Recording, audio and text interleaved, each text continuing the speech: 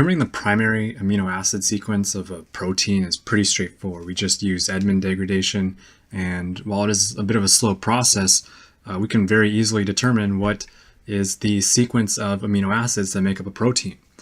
But what we find when we begin to try to analyze these kinds of primary amino acid sequences is, how does this actually form a three-dimensional shape?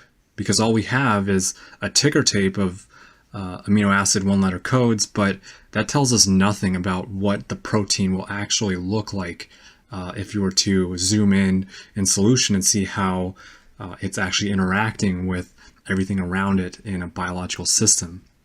And so one of the things that we'll turn to is a technique referred to as the nuclear Overhauser effect in our NMR analysis. And what it does is, if we saturate a known signal, the protons that are around that signal will also decrease as a function of inverse distance to that proton.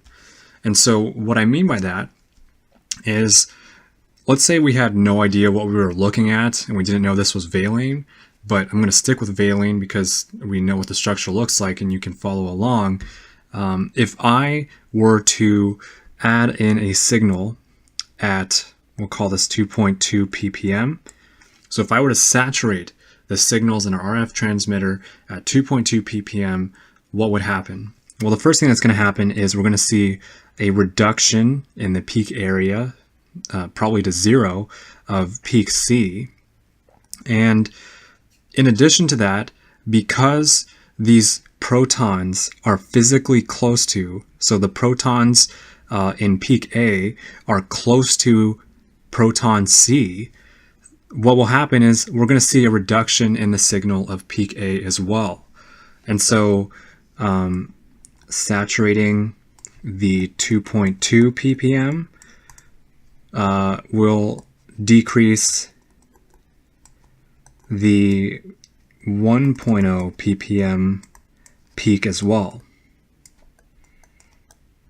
And so this is very useful information to us, because now we know that whatever peak A was, the protons at peak A are physically close to proton C in geometric space. What we would also find, because the nuclear Overhauser effect is a function of inverse distance, is that if we wanted to see, if we looked at peak E, nothing's going to happen to it because it's too far away in space from our proton C. And the same can be said of signal B. Signal B is not going to change. Signal D is not going to change because it's too far away. And so we will learn valuable information about those peaks as well.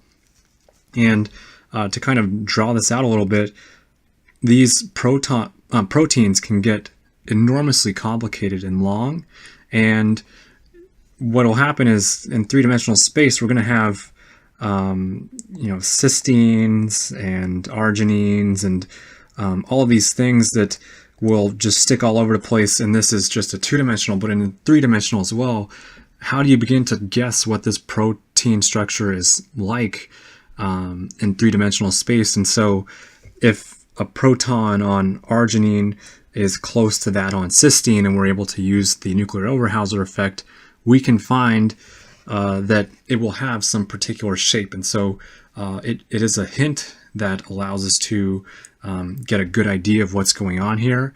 And it is useful for us in determining secondary and tertiary protein structures. And it sounds a lot more complicated than it is, but it is quite useful, and I hope you guys find it useful.